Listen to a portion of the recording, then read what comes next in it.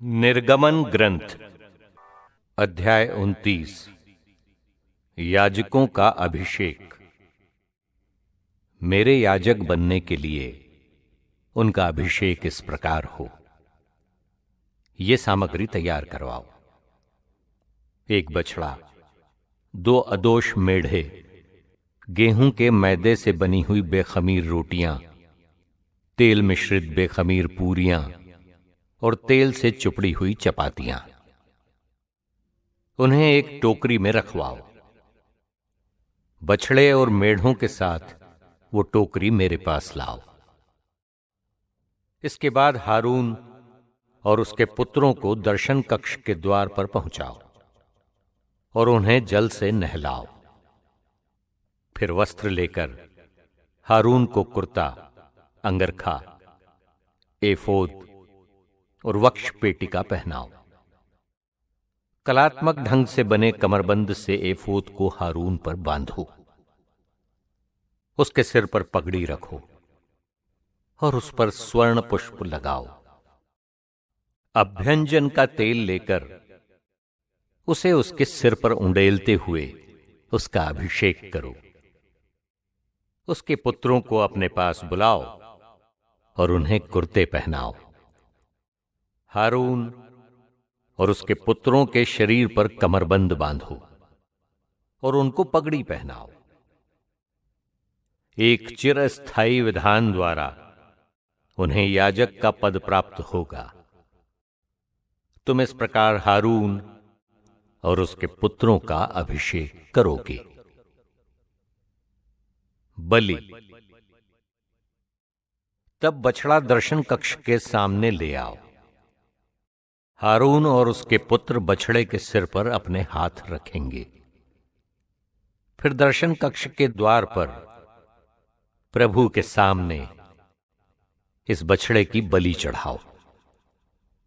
बछड़े के रक्त से थोड़ा लेकर उंगली से उसे वेदी के सींगों पर लगाओ और शेष सब रक्त वेदी के निचले भाग पर उंडेलो। आंतड़ियों के आसपास की सारी चर्बी, जिगर की झिल्ली, दोनों गुर्दे और उन पर रखी चर्बी, ये सब वेदी पर रखकर जलाओ। बछड़े का मांस, उसकी खाल और उसका गोबर शिविर के बाहर आग में जलाओ, क्योंकि ये प्रायश्चित का बलिदान है। एक मेढ़ा ले आओ। हारून और उसके पुत्र मेढ़े के सिर पर अपने हाथ रखेंगे। इसके बाद मेढ़े की बलि चढ़ाओ और उसका रक्त वेदी के चारों ओर छिड़को। मेढ़े के टुकड़े टुकड़े कर दो। उसकी आंतड़ियां और उसके पैर धोकर उन्हें दूसरे टुकड़ों और सिर के साथ रखो। इसके बाद पूरा का पूरा मेढ़ा वेदी पर जला दो। ये प्रभु के लिए एक होम बलि, एक सुगंध युक्त चढ़ावा है जो उसे ग्राह्य है। इसके बाद दूसरा मेढ़ा ले आओ। हारून और उसके पुत्र उस मेढ़े के सिर पर भी अपने हाथ रखेंगे। इसके बाद मेढ़े की बलि चढ़ाओ और उसके रक्त से थोड़ा लेकर हारून और उसके पुत्रों के दाहिने कान की लौ पर लगाओ। उसे उनके दाहिने हाथों के अंगूठों और दाहिने पांवों के अंगूठों पर भी लगाओ। शेष रक्त वेदी के चारों ओर छिड़को। वेदी पर छिड़के हुए रक्त और अभ्यंजन तेल से कुछ लेकर हारून और उसके वस्त्रों तथा उसके पुत्रों और उसके पुत्रों के वस्त्रों पर छिड़को। इस प्रकार वो, उसके वस्त्र, उसके पुत्र और उनके वस्त्र पवित्र हो जाएंगे। तब अभिषेक के मेढ़े की चर्बी लो, अर्थात उसकी पूंछ, आंतड़ियों के आसपास की चर्बी, जिगर की झिल्ली, दोनों गुर्दे और उन पर की चर्बी तथा दाहिनी जांघ। फिर प्रभु के सामने रखी टोकरी से, जिसमें बेखमीर रोटियां हैं, 1 रोटी, 1 तेल मिश्रित पूरी और एक चपाती निकालो। ये सब हारून और उसके पुत्रों के हाथों में रखो और वे उसे प्रभु के सामने हिला हिलाकर अर्पित करेंगे। फिर उन सब चीजों को उनके हाथों से लेकर होम के साथ वेदी पर जलाओ। ये होम बलि है, एक सुगंध युक्त चढ़ावा जो प्रभु को ग्राह्य है। हारून के अभिषेक में प्रयुक्त मेढ़े का सीना लेकर उसे प्रभु के सामने हिला हिला कर अर्पित करो। ये तुम्हारा भाग होगा। मेढ़े का सीना और उसकी जांघ अलग करो। ये इस्राएलियों द्वारा प्रभु को अर्पित बलिदानों का वो भाग है जिसे वे हारून और उसके पुत्रों को दिया करें। हारून के पवित्र वस्त्र बाद में उसके पुत्रों को मिलेंगे। उन्हें पहनकर उनका अभिषेक किया जाएगा और उन्हें यज्ञाधिकार प्रदान किया जाएगा।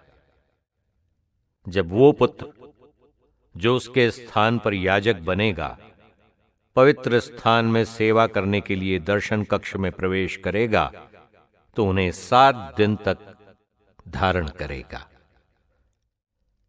प्रसाद ग्रहण। तुम अभिषेक के मेढ़े के मांस को एक पवित्र स्थान में पकाओ। दर्शन कक्ष के द्वार पर हारून और उसके पुत्र मेढ़े का मांस और टोकरी में रखी हुई रोटियां खाएंगे। वे अपने अभिषेक और अधिकार प्रदान के लिए आयोजित प्रायश्चित विधि में प्रयुक्त पदार्थों को खाएं। वे पवित्र हैं, इसलिए अनाधिकारी उन्हें नहीं खा सकता। यदि अभिषेक के मेढ़े के मांस या रोटी में से सवेरे तक कुछ बच जाए तो वो बचा हुआ भाग आग में जला दिया जाए। वो पवित्र है, उसे कोई नहीं खा सकता। वेदी की प्रतिष्ठा। मैंने तुम्हें जैसा आदेश दिया है ठीक उसी तरह हारून और उसके पुत्रों के साथ करो। तुम 7 दिन में उनके अभिषेक की क्रिया पूरी करो। प्रत्येक दिन पाप के प्रायश्चित के लिए एक बछड़े की बलि चढ़ाओ। वेदी को प्रतिष्ठित करने के लिए 7 दिन तक प्रायश्चित की बलि चढ़ाओ और 7 बार वेदी का अभ्यंजन करो। इस प्रकार वो वेदी परम पवित्र बन जाएगी। जो कुछ वेदी का स्पर्श करेगा वो पवित्र हो जाएगा। दैनिक बलि। तुम नियमित रूप से वेदी पर यह बलिदान चढ़ाओ। प्रतिदिन 2 मेमने, एक मेमना प्रातः और एक मेमना संध्या को। पहले मेमने के साथ 1 सेर जैतून के तेल से सना हुआ 2 सेर मैदा चढ़ाओ और अर्घ के रूप में 1 सेर अंगूरी। दूसरा मेमना संध्या को चढ़ाओ।